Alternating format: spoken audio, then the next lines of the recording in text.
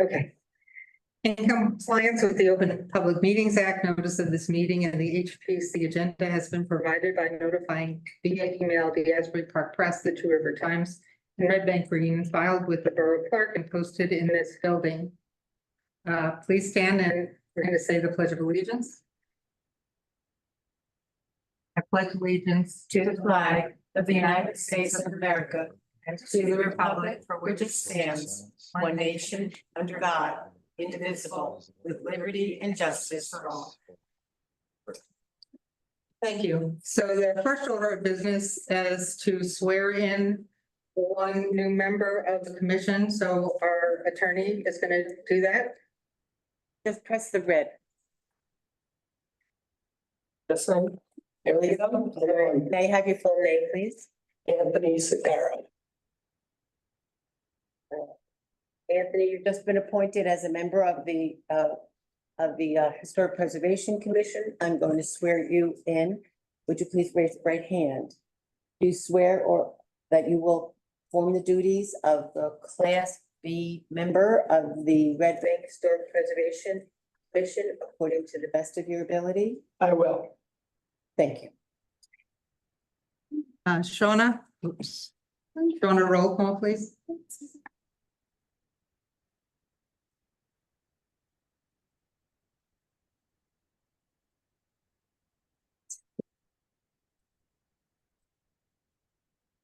Louis Almarini, Present.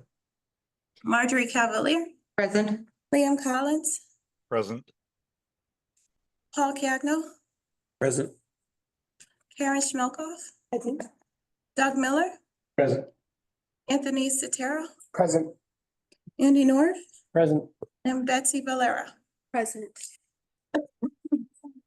So all of you have received the minutes of the August 21st meeting. Is there a motion to approve? I'll motion it. Liam motioned, I'll second that. second. Okay, so, I have to do roll call. okay, Louis Almarini, Approved. Marjorie Cavalier, yes, William Collins, Aye. Paul Cagno, Yes. Karen Schmelkoff, Yes. Doug Miller, Yes. Anthony, you're abstained since you are not here. Andy North Yes. and Betsy Valera. Yes. thank you. So the next item is public comments on agenda items. So I sense that most of you are here for old business. So, and I'd like to discuss that all at the same time.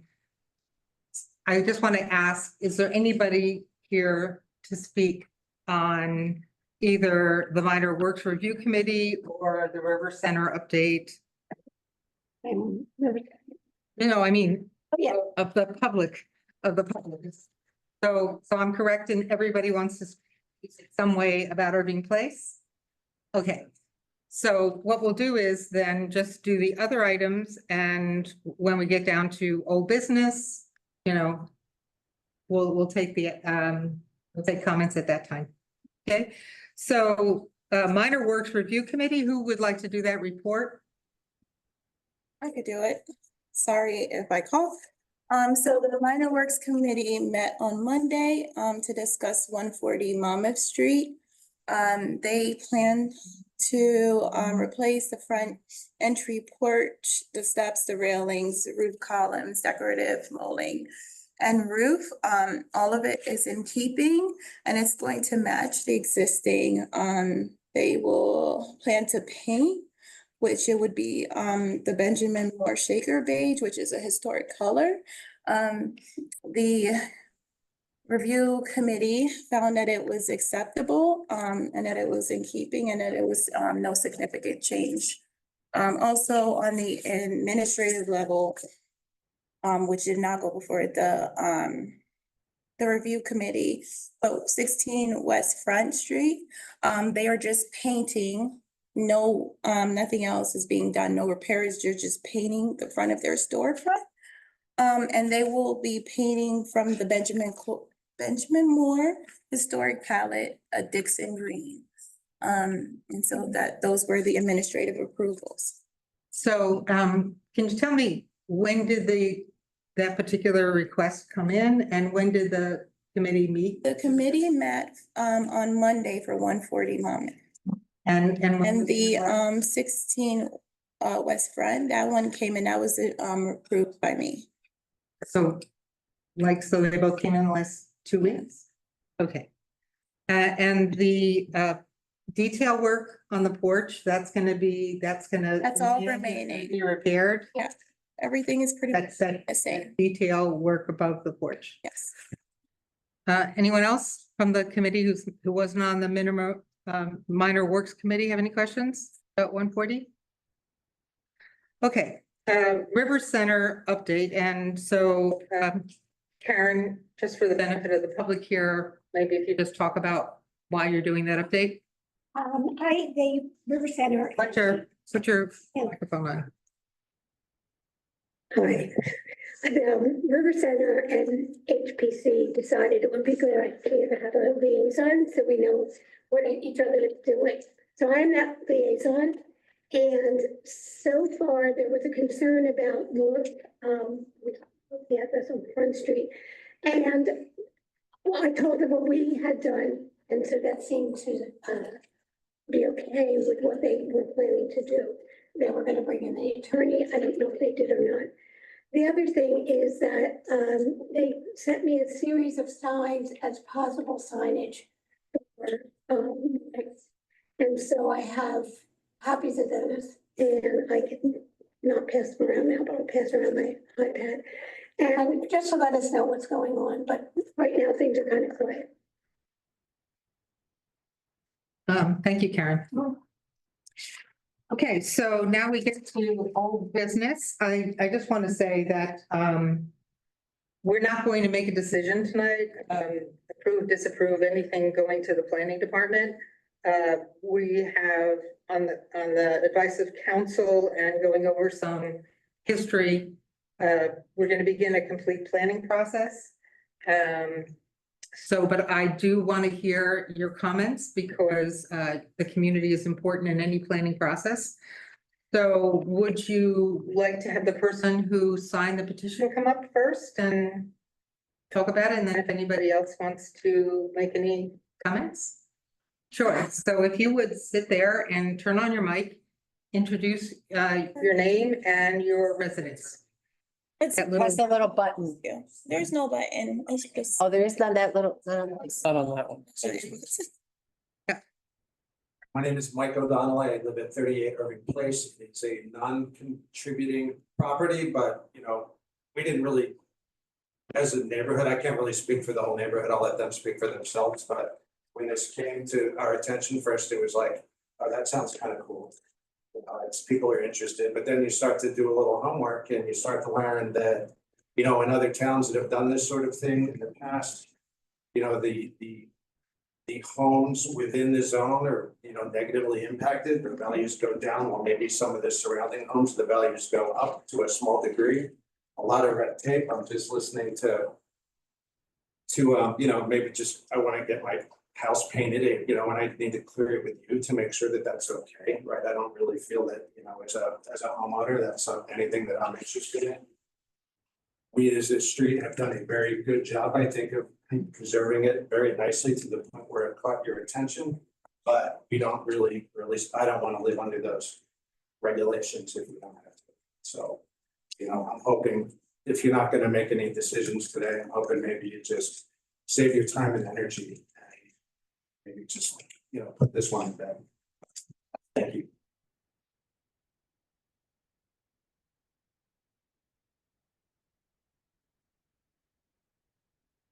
Anybody else?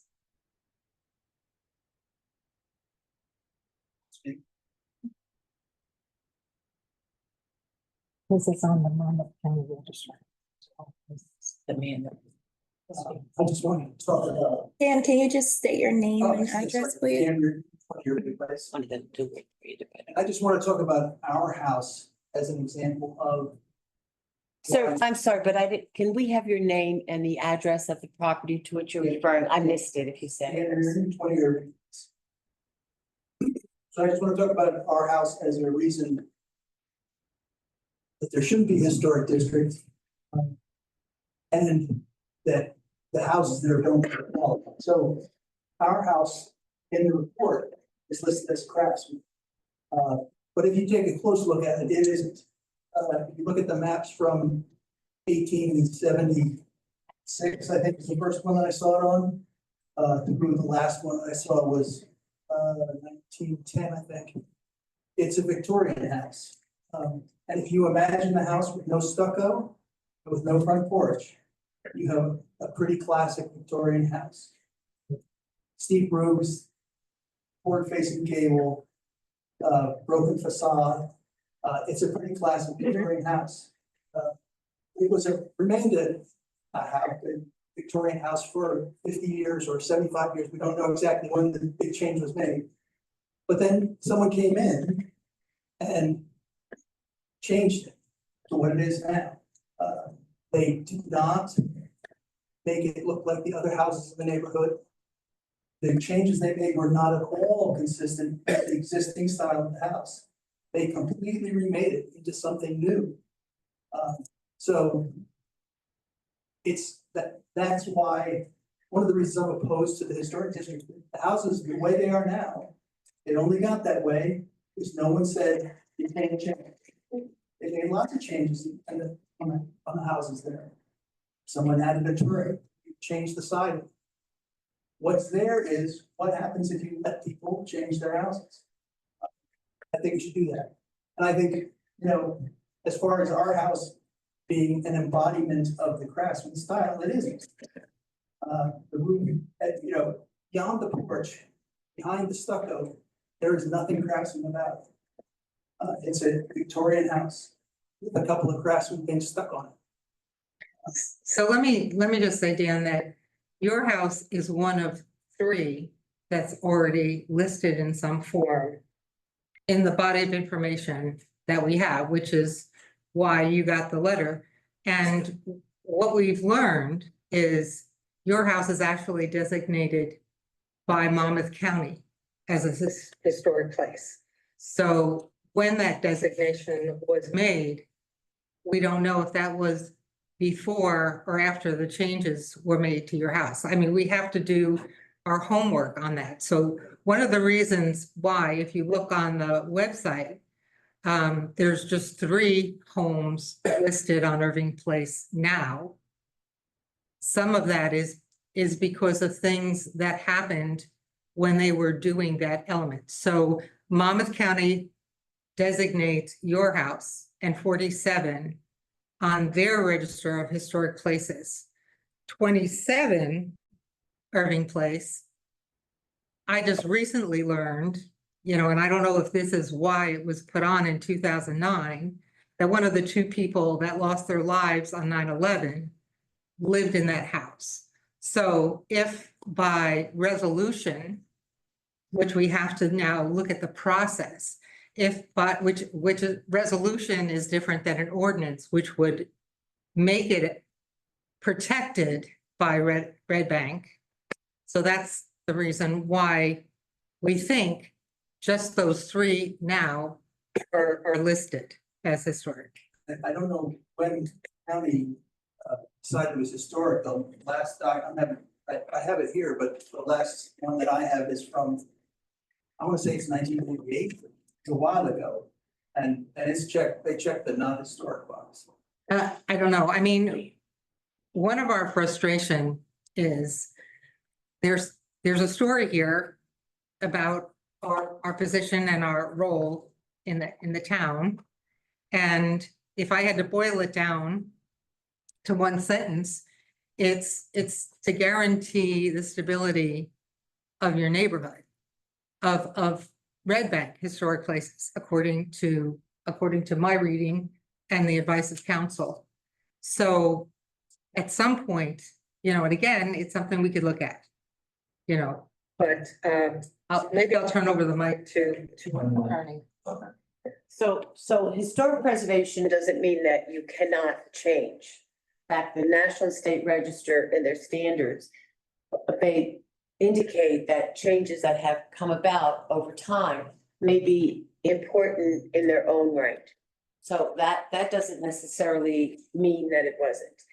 And yes, there are criteria to evaluate, and you're listed on the as being potentially eligible on the county inventory, but it doesn't, they did not evaluate it. So what is really the function that's going to, that the commission wants to undertake in conjunction with the planning board and then eventually to borough council is a planning process whereby the historic value of properties will be looked at and determined. And, you know, they have, I think, grant money out there to undertake that process. You know, that your point is well taken, but it is not a lack of, it is not, doesn't mean if it was to be designated, that no change would be allowed. It really depends on the features and what the person is trying to do. And that's why the design guidelines, which will eventually be undertaken, will be guidance for the people who own the historic properties, help them to understand how to move forward. So Ken really, you know, it's kind of like people opposed zoning when it was first came into effect, and people oppose preservation because sometimes it's not understood. So I think the process of planning will be one that will try to bring all these considerations into play. And we have what I consider to be a very streamlined ordinance that allows for the first level of review to be done administratively. So it's really not time consuming. It's just, there's a certain allowance for anything that would be considered ordinary maintenance and repair. And it's defined, and there's a very simple little submission process. So it's not onerous if you're doing ordinary maintenance and repair. There are other levels, but it's a learning process. It's a collaborative effort between property owners, developers, and the municipal agencies that help to try to preserve the character of an area without undue restriction. A lot of that is you're a citizen, so you really are going to be adversely affected. Those who you elected were going to know it. So it becomes a process of cooperation. If there had been any kind of regulations in the 20s, 30s, 40s, we don't know when, our house would not be the house it is. Because they completely changed the character of the house. Completely, they made it inconsistent with the entire rest of the block. So, and that's, there is certainly a process. There will be the opportunity to really analyze that, because with it, this is not, there's ways that you can say this is a non-contributing property. Under the National Register and State Register criteria, it could be non-contributing, not because it's not old and it didn't have certain fundamental features, but it had changes to it that negatively altered its original character. And there, special considerations done for non-contributing properties, essentially not to let them get worse. How's that sound? Okay, so. Contributing, but my point is that if someone had 100 years ago in protecting the character of Irving Place, we would not have our house. And we like our house. We like the way it is. And so do a lot of. Very attractive. I looked at the list. I thought the homes on Irving Place were really quite beautiful. So. Yeah, and it's a really special house, but it could not be the house that it is if 75 years ago or 100 years ago, someone had said, "Oh, you're changing the character." Right, I understand. Well, we only had zoning beginning in 1948, so they wouldn't have gotten to it yet, but there is an opportunity through the planning process to really delve into these kinds of issues. National Register perspective on these things is that just because it changed doesn't necessarily mean it's no longer historic in character. It's only if it So these are all issues that you know, certainly I hope that you will participate in, because obviously you bought a house that's quite beautiful and you kept it that way. So, you know, this is about a unilateral process. Does anyone else, does anyone else like to make a comment? The woman in yellow?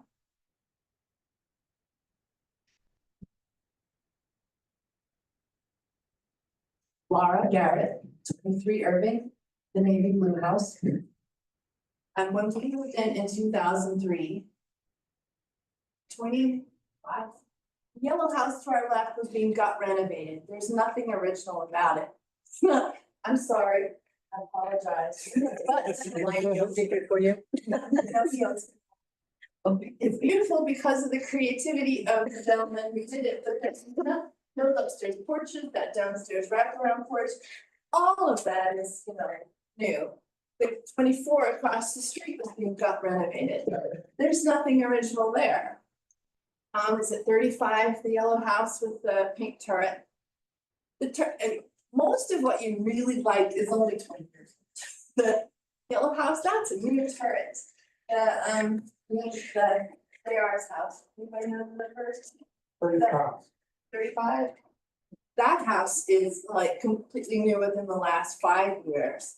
It has that unusually high turret. I mean, that's a complete, so much of what you like is not historic, it's fun, which is different. And if you let someone else change, they might have fun too. Doreen, the O'Donnell's house is actually original and y'all have made it non-contributing, and it's one of the few houses that still looks the way it did. Y'all can so much of the streets, so much of the, well, but so much of the, it's a great street, but it's not, you know, particularly original, and someone else will have a great idea and a ton of money and go, you know, fix up another one. So that's my statement number one. Number two, my great concern is you won't like what a house needs to be renovated. Someone won't be able to afford what you want, and so the house won't get fixed. It, you know, it has vinyl siding, you want it to have cedar shakes. They are approximately $4,000 per square because I bought some recently, and you know, and it just won't happen. And I have a great concern that you know, the ones that need renovation the most just won't get renovated. And of course, I have a minor concern that you hate the navy blue that I picked. And you know, I picked it, I painted it, I love it. Do I have to get your permission to keep it? That's a serious question. So, and are y'all, do you all own historic houses? And yeah, I know. But you know, when it comes time to argue about materials and double-sided stain instead of paint and copper flashing and fixing your windows, you know, you know more than we do about making those decisions, throwing out the enormous amounts of money and changes. Well, I just want to say, does anyone else want to respond to her amendment? I mean, we think of ourselves as a resource. Yep.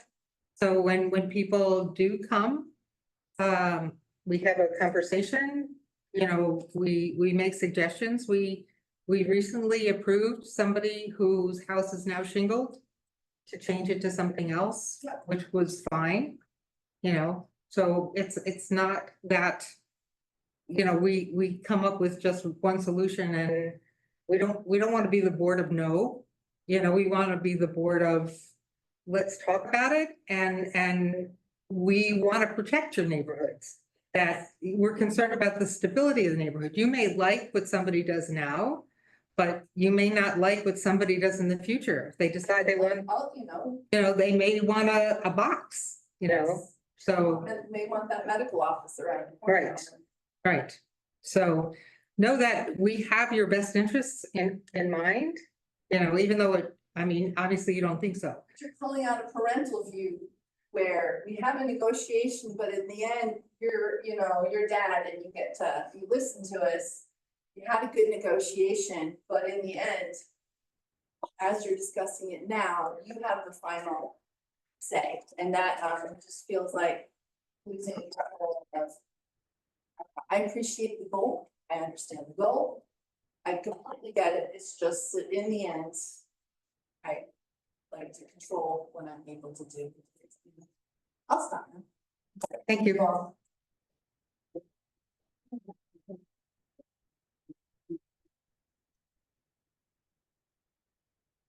Okay, oh, okay. Come on up.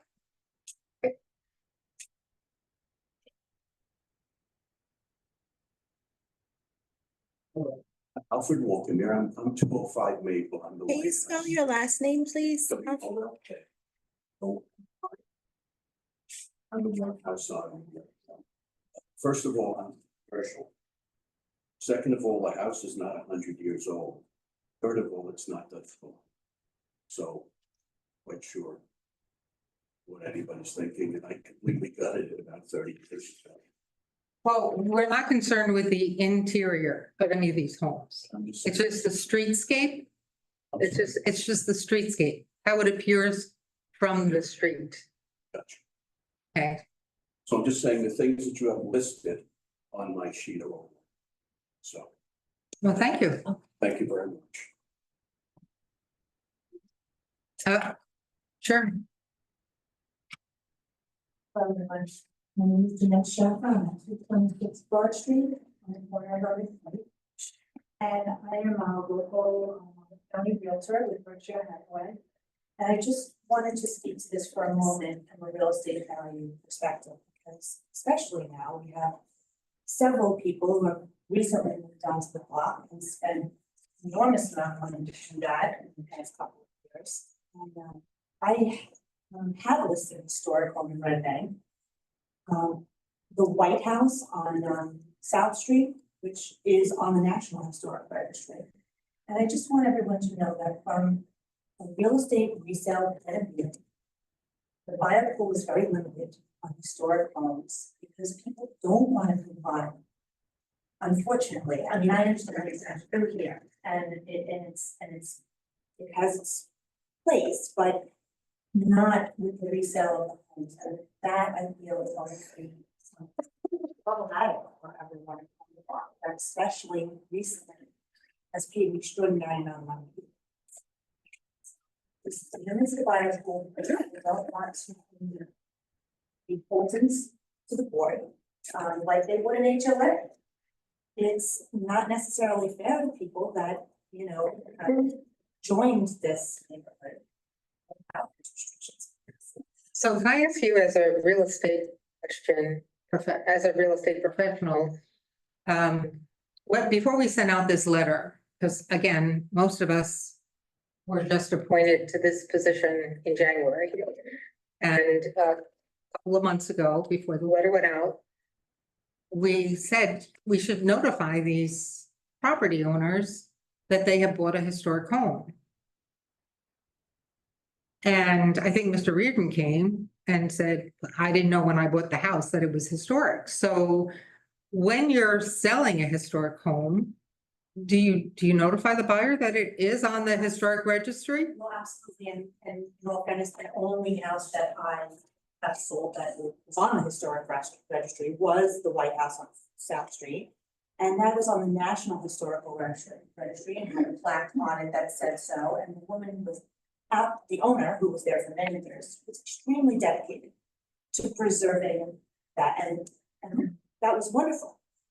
But many people did not want to see the house because it was a historic house, because they didn't want to be told that they were going to buy this big piece of property on South Street with this tiny little house, and they weren't going to be able to make any changes to it. And that house was down to the air conditioning vents. I mean, like, it had museum style air conditioning vents inside of it, like you would see in Colonial Williamsburg or, you know, other historic places like that. And I think, you know, that's wonderful if that's your personal choice to put your home on the registry and but to have it imposed upon you by the the historic commission is different, because all these people No, did not buy their house under that impression. So You want to say something? So the property that you're referring to, the one, I'm not familiar with the property itself.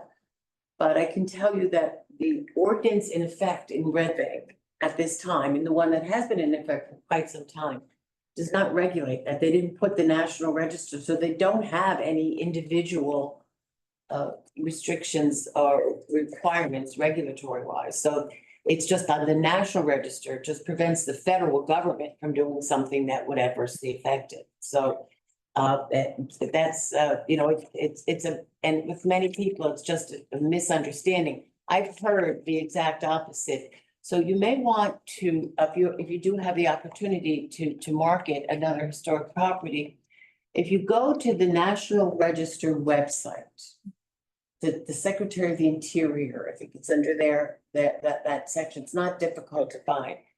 There is an enormous amount of information about the value of historic designation and how it increases values, improves community values. So, sometimes a lot of times people market their historic homes to that market. You only had one opportunity to do that. But you might find in the future, I know that in very successful marketing by the National Register magazine that comes out and things like that. So it's a lot of it is misunderstanding. It's unfortunate because, and then some people just don't want an old house. So that could be the answer as well. So it's. I totally see your point, and Yeah. I was pushing its historical nature in the marketing of that one. But having said that, that doesn't bring a lot of people. But the reason that the prices are what they are and so inflated in our real estate is because of the lack of inventory. And everyone, is experiencing those inflated prices right now. And we would not be bringing as many buyers as possible to a home that is only being marketed to this small pool of buyers that's interested in historic homes. That's not a big buyer pool. And so therefore, those, you wouldn't have that competitive nature of the buyers in that situation. And I think that's something to be, just looked at. Thank you. Anyone else? Sure. Oh, sorry. I didn't see this yet.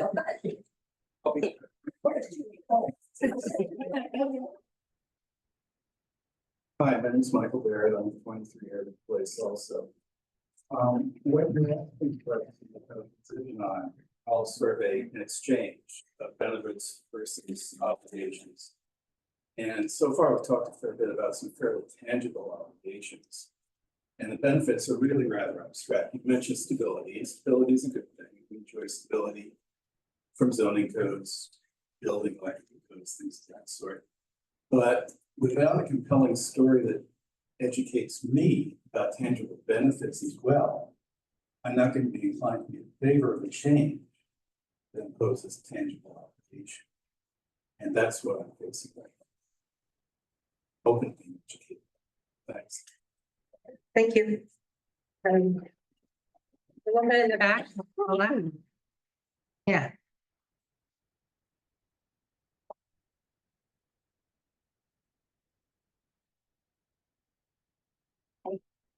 My name is Brenda. I live at 48 Irving Place. This is the council. So I grew up in Pennsylvania, but I grew up with this house in my life. My family owned it. My great aunts lived there with their brothers and their sisters. There were like 14 in my grandmother's family. Not all of them lived there. Many of them lived there. I think there were like 3 people on this floor and 3 people on this floor, and 2 people on this floor. It was just like lots of people. Anyway, when I was growing up, I had several great aunts that were still living there that were not married. One of them was the oldest sister, the other one was in a wheelchair. So the most recent memory I have of them is when we moved in.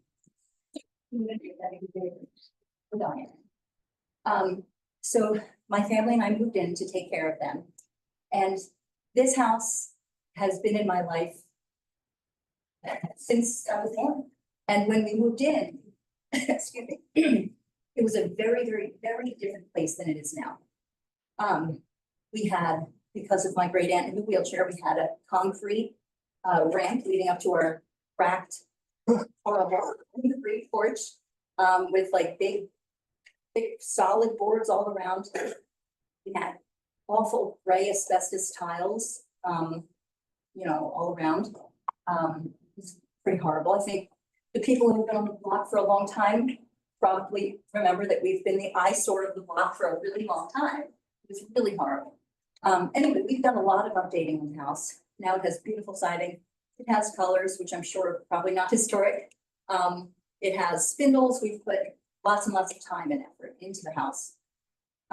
We still have, our back porch is still a little cement slab with an actual pipe as the handrail. It's pretty horrible. There's basically nothing historic about my house. Now, even updated and looking better, it's not historic. When I first knew it, it wasn't historic. Nothing about this house is historic. We've done a lot inside, we've done a lot outside, but the outside primarily is the part where you would see and you would have an opinion, because it's externally set, and it doesn't look anything like it used to. And I'm not sure what it looked like before it looked horrible, but I'm sure it didn't start out the way it looked when we updated it. Like before, what we updated from. So I just want you guys to know that my house is like about as far from historic as I can imagine a house could be. So I just want to mention that if people haven't read the ordinance, there are several criteria for designation. So I don't know the history of 48 Irving, but it could be somebody significant lived there or had a contribution to the history of Red Bank. We've been talking a lot about the appearance of the house, but sometimes a designation is based on the person who lived there or the person who designed it. Like, for example, there's one house on the street that has a relationship to the long streets and the homes of Monmouth County. So that's not something that you could tell from the outside of the house. But if you do a study of the history, that even though the place looks very different than it did in the 1890s, it's still historic for that reason, but could be non-contributing.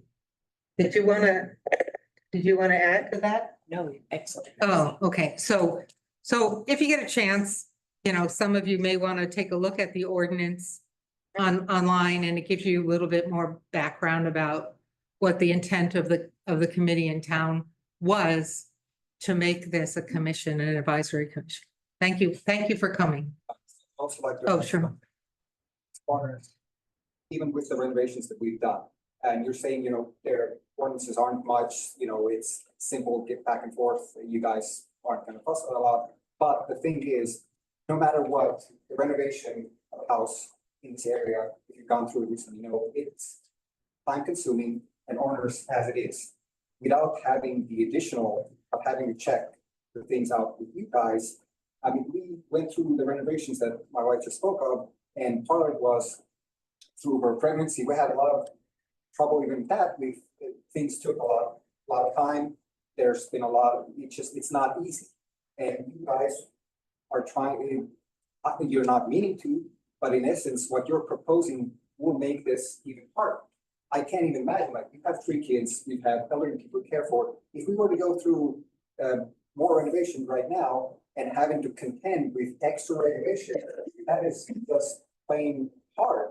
Not mention, with having to check on what the materials are, all that stuff with cost, that without historic. It puts a burden on the people that have put a lot of time and effort into this street already, or that would like to put more time, and they would still do a good job. As you guys already know, you like the way the street looks, and it's without your purview.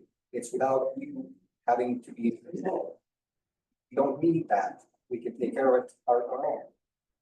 Because everybody that moves into the street, they also like the way it looks. They like the historic nature, and all the updates that people have done have been so far in line with that, and the street looks beautiful.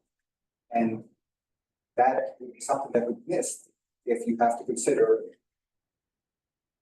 talking to somebody else. You guys don't own the street. You don't You don't pay the property taxes, you don't own the houses, but yet you be telling us what we can and can't do with our own property. That is just plain wrong.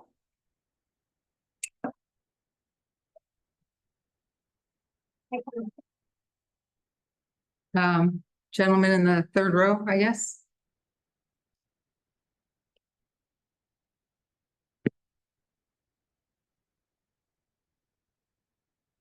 Good evening, Robert Clark.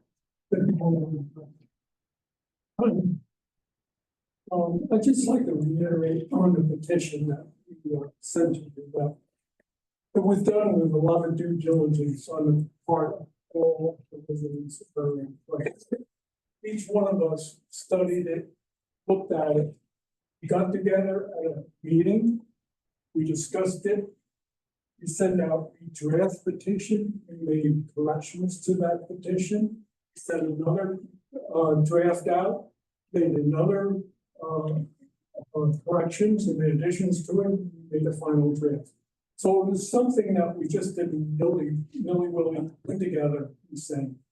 A lot of thought behind it. And 19 of the 22 property owners signed that. 19 of the 22 opposed this designation. I've been a resident for 45 years on Irving Place. I've seen a lot of turnover. Many times, maybe once, maybe twice, maybe 3 times, maybe 4 times of each house on Irving Place. Each time there was a turnover, in the ensuing years that followed, things were done to those homes. Whether it be entryways changed, windows changed, siding changed, turrets added, complete redos of it. Bottom line, the street is still beautiful.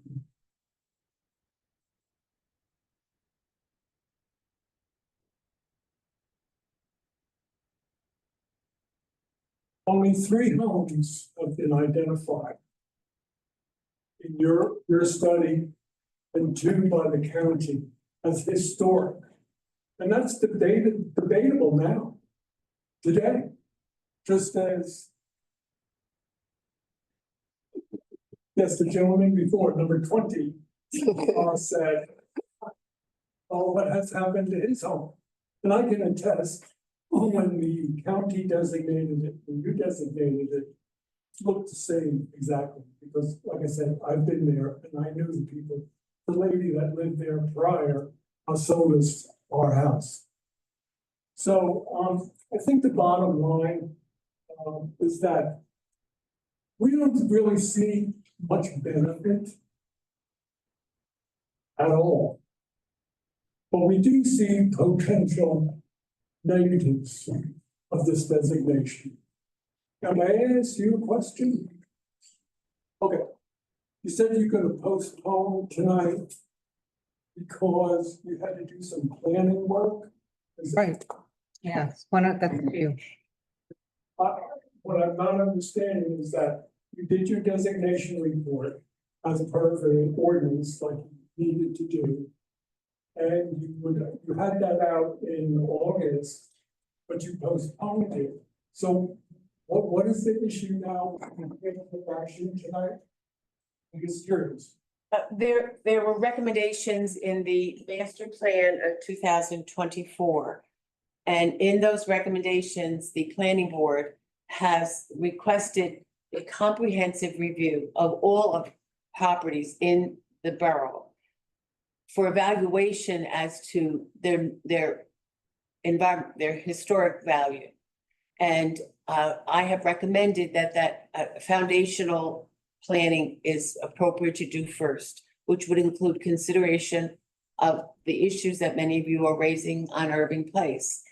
Preservation is just part of planning. It shouldn't, and so there's been a lot of this because there was a change of government.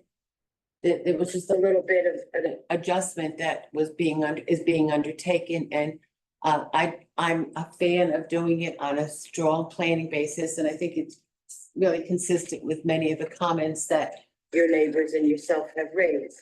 And it shouldn't just, so that's why I've taken that position. I just made the recommendation. And that's the direction that is going to be taken. And, as interested citizens, you'll want to stay apprised of that. You'll want to keep a look at it because I'm sure there's things in town that you would really not want to see be changed or ruined. I mean, I think you have a unusually rich historic background in Red Bank. And so that it's just to do that, a real comprehensive planning. And then, this is not going to be presented, the urban place isn't going to be presented on its own. It's going to be part of an entire process, and you'll have the opportunity again to participate. And I think it will be an ongoing process, so you want to pay attention to what's going on and make sure you get your information in, because there's a lot, you can understand that there's a lot of information to be considered. So this is gonna take quite a while, seems like. Well, and a consultant, a preservation consultant will be retained. And I know that Ms. Ebanks has been making efforts to get some grant money into the borough to locate, and Ms. Cavalier has been, looking at different consultants, and I think it's going to be a process that will be undertaken now to try to get a comprehensive planning process in place so that, everything is evaluated and done across the board. Thank you very much. Thank you. You're welcome.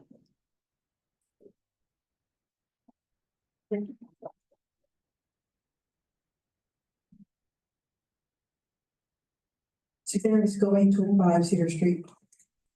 It's really cool. See so many neighbors out here. I actually lived in Arthur for many years, so I'm not gonna endorse your signature all the time. So number one, from what you just said, this is not just an urban place, this situation, and eventually you guys are gonna be spreading this control across the whole town. Possibly, after you do this evaluation with a consultant, which we all know consultants have never changed, using grant money, which is really just tax money, give it to the state to give it back to us, to do this. I mean, my house was about 8 years old when I sold it, and the people who owned my house got rid of these beautiful windows. He would open them up instead of like the up and down that we have now. They would open them up to have a great porch. It was awesome. I used that characteristic of my house. I had there's old maps and history in the basement. The quality of work was amazing. I had it was 25 Arthur Place. It was amazing. That whole neighborhood, everybody in that Irving and Bergen and Arthur kept their houses beautiful. There's no liquor on the ground, there's no dog poop all over the place, there's no garbage on the street. Everyone was so happy and proud. I remember the Kellys, but they moved to keep the lawn perfect. So we have some, I don't think anyone's gonna come in and, like you said, build a box on the street. But it's just kind of ironic listening to this situation here and just looking at the town. You had a bank that was just redone, and it looks so modern. We have a house on Shrewsbury Avenue that's over $1 million, looks extremely modern, and you keep saying history, history, history. But there's been so many more, my house is kind of modern, that was built about 6-7 years ago. It's a brand new house on Cedar Street. So it just seems like this committee has one goal, but the things that are being done in town has seemed to have another goal. We see these modern renovations of other locations and stores. So it seems like you're contrasting your goal and what's actually happened. I feel for everybody, because everyone buys your house, right? Your biggest investment is your house and to maintain it, and every place is being maintained. So what happens when we go to like the east side or the other places in town that can't necessarily afford extremely expensive paint or extremely expensive siding? I mean, how does that come into play? I mean, this house has the rich of the rich and the poor of the poor in this town. We have Rolex watches going sold left and right, and we got kids that can't even afford lunch in this town. So what happens when you spread to other parts of the town that they can't even afford lunch, where you're gonna demand them to have a certain type of shingles, windows? I mean, that's kind of absurd. So to the public, if this is gonna go and be evaluated the whole town, it's not just an Arthur Place, I mean, an Irving Street Place at all. And B, I think it comes down, you have, some cautions using the planning board and the zoning board to make sure, supposedly make sure that we stay compliant, that we keep the value and the soul and the heart of Red Bank going. So I think, yes, you guys would be a good resource, and if someone wants to do their house and come back here and say, hey, we wanna do this, what do you think, to bounce ideas, to have that, to the point somebody said, father control, the absolute control. I think it's kind of absurd because you're not paying their taxes. Thank you. Yeah.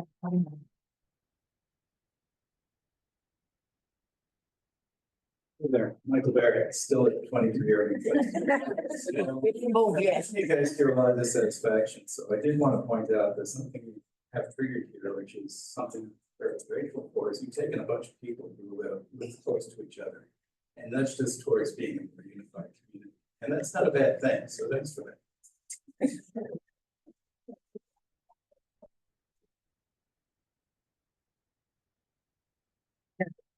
I would like to respond to, there you go first.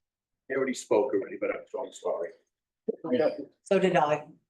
So I'm Alfred Walker here again, 405 Maple, and this is a whole different sort of discussion that I'll have with you, and I'll be brief, I'm sorry. Just the lady that was the realtor sort of sparked this in me. I'm a historian. I'm sort of descended from everybody. London 1622, Boston 1630, Lynn, Salem at the beginning, all the Connecticut colonies, all the Rhode Island colonies. I'm descended from the first person that was born and married in New Jersey, the first person that was in New York. So I know all the historic houses. I'm a member of the Holland Society of New York. So I know all these things because I've studied these things for 50 years. This stuff doesn't work. What happens is you destroy everything. When I first moved into the area, we lived in Riverview Towers, and then I bought the 205 Maple House, which we lived in for a while. And then I was going to buy the Seabury Treadwell House in Rumson. And if you're from the area, you realize what happened to that. If you can't make a flood, you make a fire. And I looked at it to buy it at the time, but it was going to cost me $1.1 million just to bring lumber down from Massachusetts to repair the internal parts of the house. So what happens is if you do this stuff, it just destroys everything. I mean, the Barry Yearan's house in Rutherford, I'm a Barry, the place is a mess. Carlos Williams, the famous poet, lived there, but the place is a mess because there's no money because they made it into a historic site. If you go to the Bartow Mansion, and I'm a pet, so if you go to the mansion, it was destroyed basically, and the state had to take it over. If you go to Phillipsburg Manor, and my ancestors lived there for 50 years in the 1700s, the only reason it survives is because Rockefeller took it over and put the money into it. So I can tell you what a Dutch colonial looks like. I can tell you that's not a Dutch colonial, but you have to understand that all these houses are destroyed if they get historic designation or if you interfere with them. You have to let people make the changes they want to change and keep it up to snuff, or else it just goes to shit and somebody gets rid of it. So whatever, I apologize for saying that. That's something you really have to understand. And I'm someone that knows because I own probably at least a part of me genetically owned most of these things throughout the centuries. So I was also asked to do the Parker House thing, which I did the genealogy for it. Unfortunately, they disregarded what was true. But, you know, that's generally what happens in all this stuff and, you know, my experience at any rate. Thanks very much.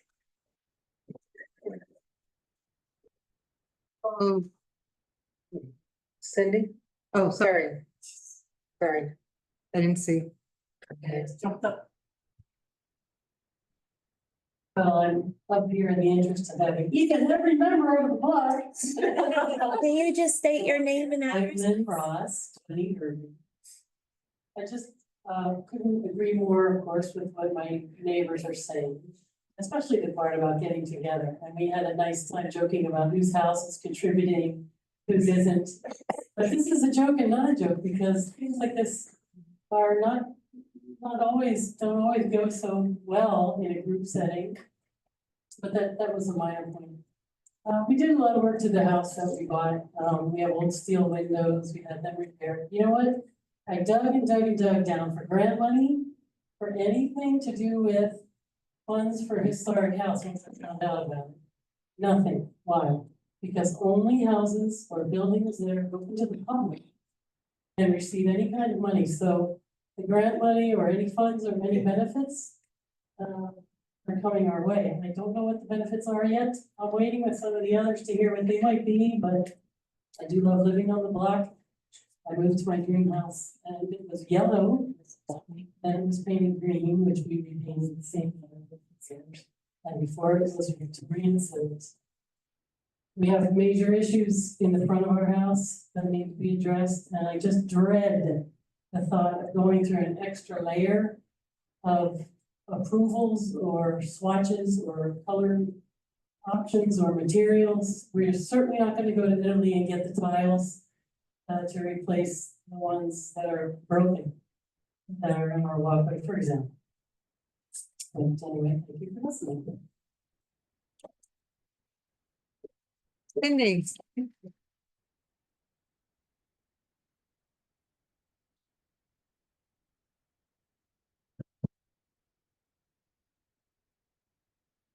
Good evening, Cindy Barnum, 71 Wallace Street. And I love, let me just say, I love Irving. I've been around in Red Bank 50 years. Irving is a great place.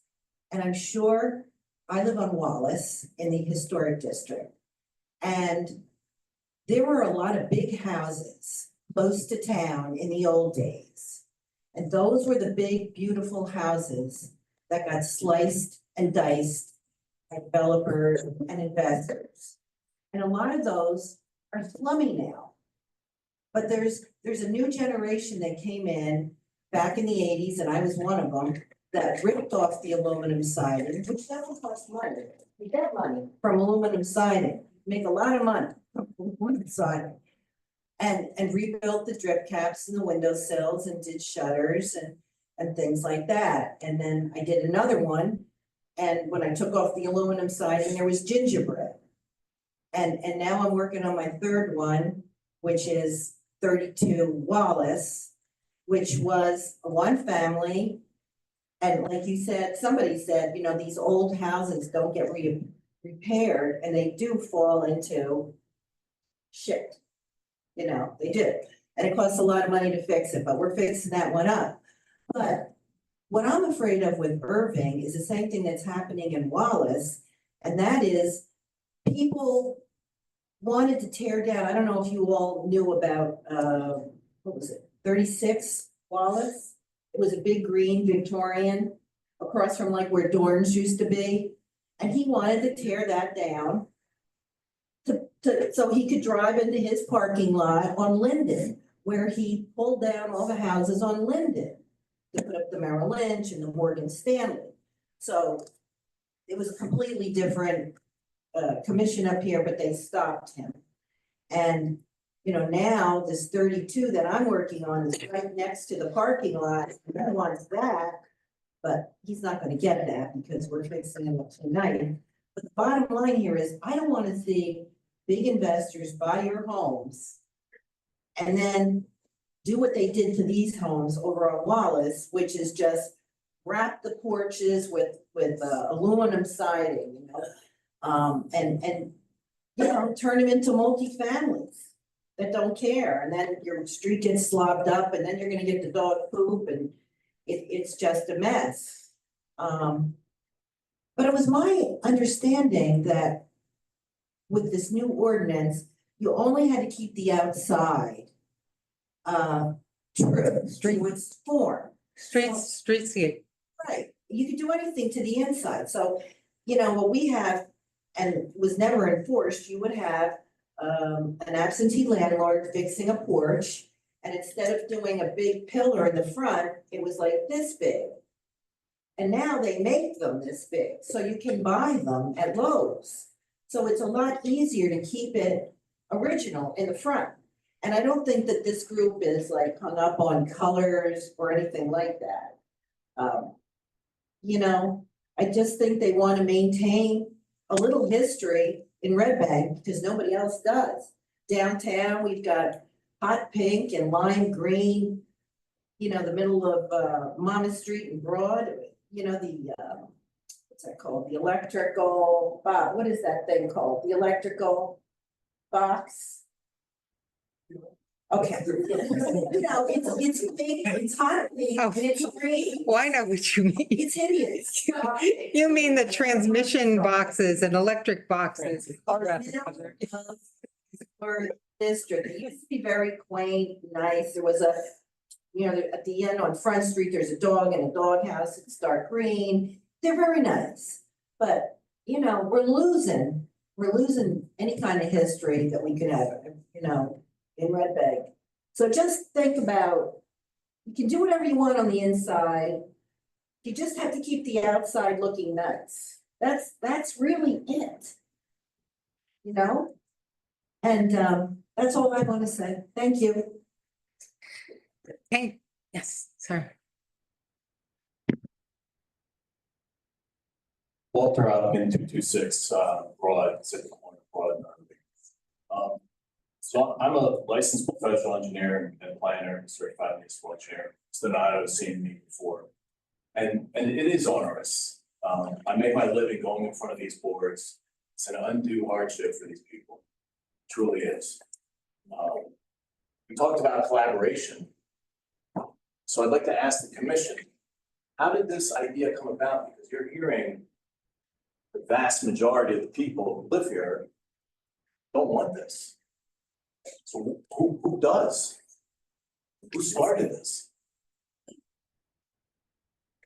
When we were appointed, we basically read through the ordinance and we were trying to bring things up to date. So, I went and looked at every house on their list, over 200. And one of the things that we were asked to do is also determine if there were additional places in Red Bank that should also be designated. So a quandary for me was being familiar with this street that was one of the first to be electrified, one of the first to receive public mail, with a great variety of homes that I think could have had some historical significance. The fact that one of the few houses that still had a carriage block in front of it, which could be removed, you know, it could be removed. Why not? Why can't we at least begin the process of seeing, should this be another designated area? And another thing that we talked about was, why aren't there more designated areas on the west side of town? So as a first step to try and see how to work through this process, because really, to be quite honest, we didn't have an orientation in terms of how to go about this, other than a read through of the ordinance. I mean, I suggested, and then everybody else agreed, why not try a small street and see if we could look into it? So with collaboration, that, you know, I kind of feel bad. You put a lot of effort into this. And you're being met with a lot of resistance, and I think it's going to persist. So, you know, if you want to replicate this, I would suggest that you do a community outreach before you put all this effort, this misguided effort into. Well, one of the things that we're doing, Liam, who is our chair, I'm the vice chair. We have established, he's doing a talk at the Red Bank Library in October. And at that point, we'll also invite any public who wants to find out more about what we do. I've also gone to a conference in New Jersey since I've been appointed, and have been in contact with some people on other HPCs and other towns. Recently, Westfield met with one of the HPC members there. So we're getting suggestions from other places to try and do the best job that we can. One of the recommendations was to take a meeting a year and have kind of a open mic, meet and greet, what are your concerns? But obviously, when we go through this kind of restart this process, because it was, I don't know if I'm using the right term or not, but when it was dismantled and then reinstituted with the new administration in town, there's a lot of things that we're just finding out that did not pass muster by our attorney. And so that's something that's happened just in the last month, partially because of your resistance. You know, are we doing the right thing? Are we following the process? So some things that are on the list, some properties that are on the list, were put there by resolution, not by ordinance, for example. So we're trying to shake all that stuff out and then undertake kind of a better foundation for looking at preservation within Red Bank. And I wanna express my appreciation. I deal with a lot of boards and I see what is a valuable amount of your time that you're spending. So I know it's tough to hear a lot of negative, so I do appreciate what you're doing and I know that you'll take us into consideration. But I know it's a lot of negative, but I know I personally appreciate what the board's doing in dedicating their time and trying to preserve the character of the property. Thank you. Oh, could I just say something? So Scotland, go ahead, Scotland. I'm sorry, I can't be there with you in person, but I just wanted to say that I think the purpose of the Historic Preservation Commission needn't be simply regulatory or for us to be seen as a overreaching government bureaucracy that's trying to infringe on private property. The HPC should be a community building tool. This is maybe not the best setting. Too bad we're not at a block party or something where we could talk as neighbors and friends and say, what's the best way forward? What ideas can we all come up with together to preserve Red Bank's history? Let's work together and make this something good. We have a beautiful town. Let's make it work, and the process that we are going through is confusing and not clearly spelled out yet.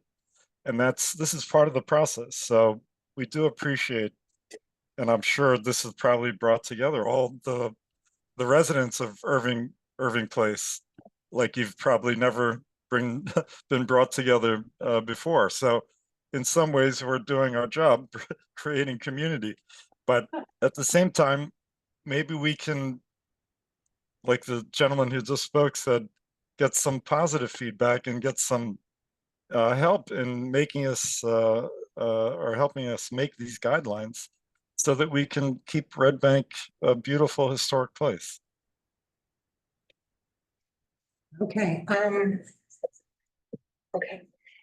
There's one thing that I think is important, and a lot of people are have an impression about historic preservation as being onerous, as being rigid, as being demanding. And a lot of thought went into the ordinance that was adopted by this new administration. And it creates levels of review. And one of them, I call it the 3-tier system. And I wrote this in response to hearing comments very similar to what I hear from this audience about 20 years ago for Cape May. The ordinance is still in effect. It's extremely popular. It's very helpful because what we've done is if you just do ordinary maintenance and repair, you want to change it, you have to fix some siding, you have to fix a trim or something. You don't have to come before the commission. You just go in and show Shauna that you are using the same size siding. And you bought these beautiful homes. I'm sure you're not going to put an inappropriate piece of siding in to patch a hole. And it just gives a process of review of that. of ordinary maintenance and repair, it's really exempt from review by this whole commission. It's called minor work. And there are other things that can be put through in a similar way, so it streamlined the process.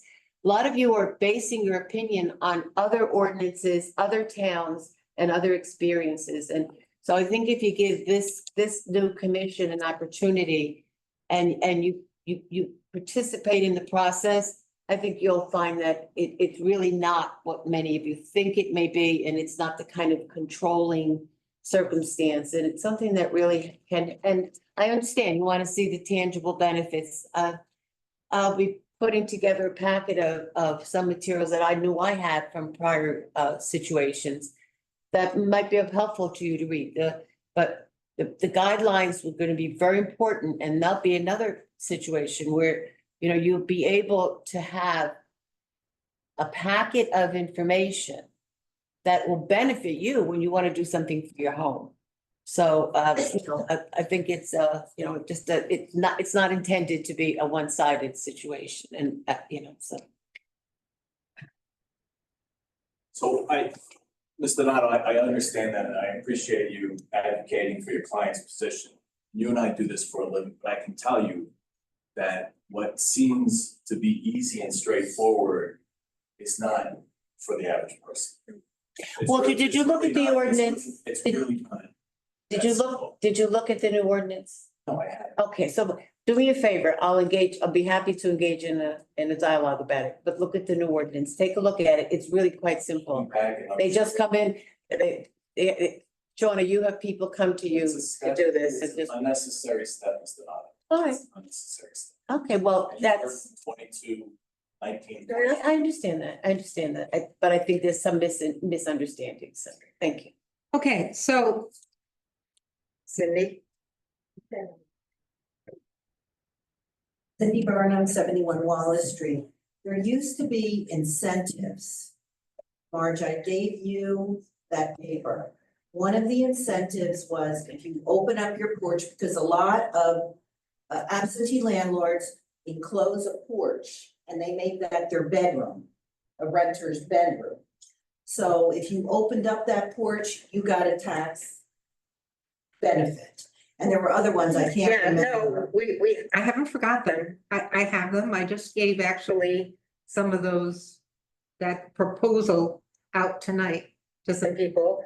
So let me assure you that that's something that I think we all agree on the commission. I haven't polled everybody, but clearly if we can do something to make it worth the homeowner's while to reopen a porch or to do something that maintains the look of the house, we definitely will. So I haven't forgotten. Okay, I just promise. thought that would help. Yeah, no. Homeowners, it's different. I think with investors, you know, they need that space to get that money. Yeah, No, it's different. yeah, I haven't forgotten. I promise. Thank you.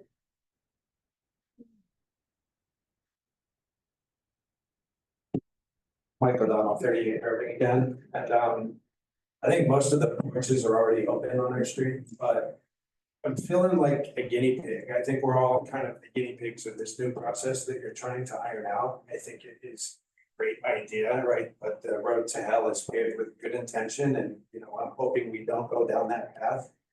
You know, again, appreciate it. I don't feel that we were invited into the process on the front end. We kind of had to invite ourselves the way that we did.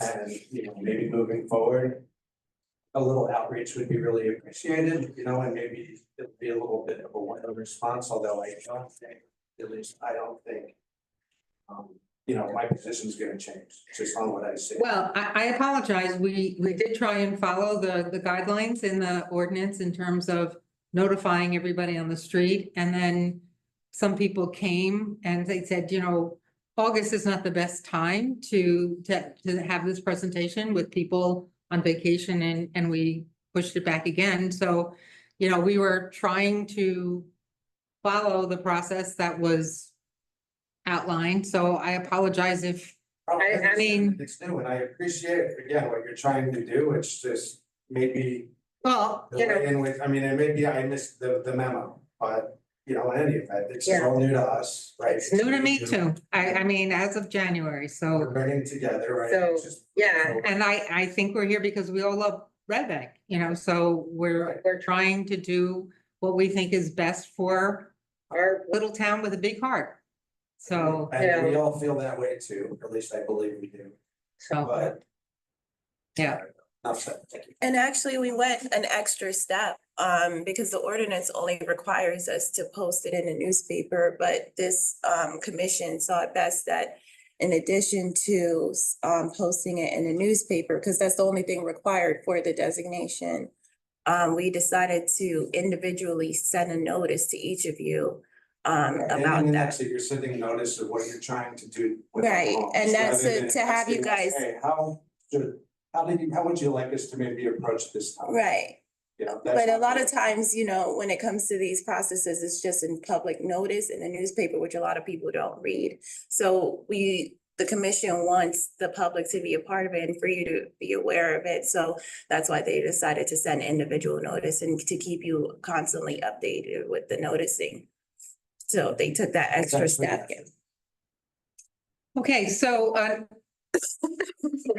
usually we try and end at a certain time, but you know, I realize different times. It's all right. Sorry. I'm Doug Rizzuti, I live at 27 Irving. Thank you for your time. We appreciate, as I think everybody's reiterated a couple times, you guys spending your extra time. I'm a father of two. We just moved onto the street in the last, call it 18 months.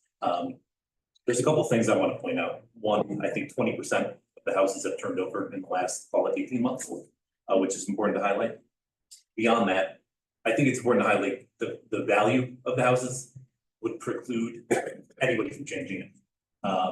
Based on the prices, I don't think anybody's gonna spend the amount of money they would spend to make a 2-bedroom house. I'm sure some of the neighbors who I won't name would be out on their front lawns with pickets. Kidding, of course. But I think that it's important to understand that. One other item I wanted to reiterate was that study that Mike alluded to with the very first comment, or about the study done on the historic designated areas. The senior thesis. I don't remember offhand. Yeah. But it was done in the state of New Jersey. Yeah, it was a senior thesis that studied 5 states in addition to New Jersey. I think that's the best data point I think anybody has ever seen on that, as far as I can tell. And I think it's important to reiterate that it was based on, from my understanding, what was done in New Jersey. Have you read it? I have, not recently. I mean, I've read it and it seems like apples and oranges, comparing homes, new homes, non-condominiums, condominiums versus, I mean, I don't want to get into it. I mean, but really, when I look at it, the background of the 5 of the 6 from outside, it said basically the housing prices increased. But when they got to the study in New Jersey, they changed the methodology of the study. So Karen, you're a teacher from Monmouth University. And you read it. Yes, it's something that reeks of being a senior thesis, which means it's your capstone for your undergraduate work. It's not something that I would see my graduate student do, nor would I accept it as such. I thought there were a lot of problems, and as you said, the inconsistencies within it. A great start for something and good work to begin with, but it's certainly not definitive. And I was a little surprised to see this being the reference. There are other things big in the history anthropology department. We've looked a lot of preservation. And so I would be happy to, to get into this a little bit more, because it is a complicated area. But I don't think that's a good study to base it on. One other item I did want to highlight is, I mentioned I'm a father, a third on the way. As some of the other folks pointed out, right, it is more of a time constraint. And I appreciate that there are different levels and approvals needed depending on the complexity of what you want to do. But I think for the average person, as one of the gentlemen said, it is a challenge. If it's a matter of trying to do something like, for example, do something with my children, where I have to spend time on putting the approvals in place. I'd much rather do something with my kids, and I'm sure you could all appreciate that. So I just ask you to please take that into consideration as well. Thank you. Thank you.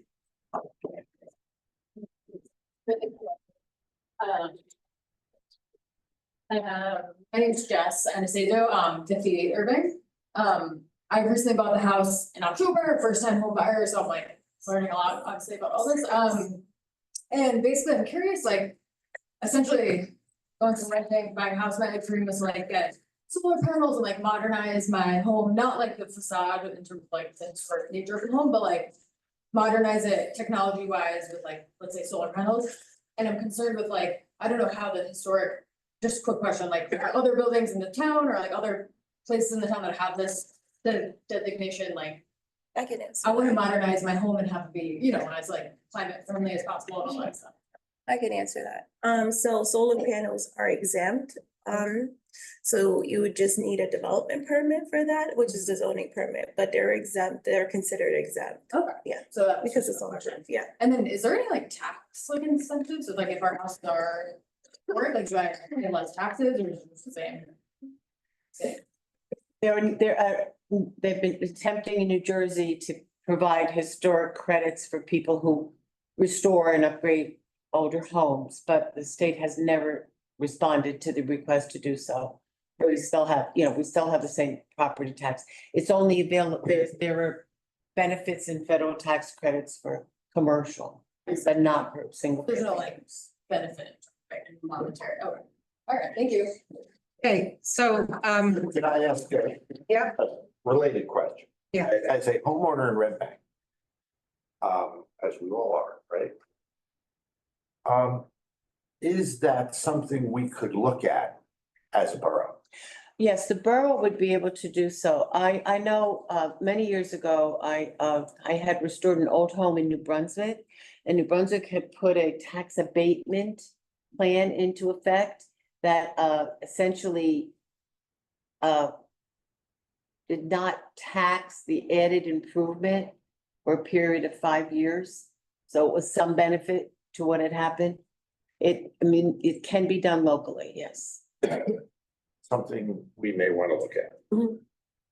Can I make one comment? I really appreciate whoever made the comment to say, instead of saying, this is what you have to do, to say, what would you suggest in making this process? Because you guys are going through it.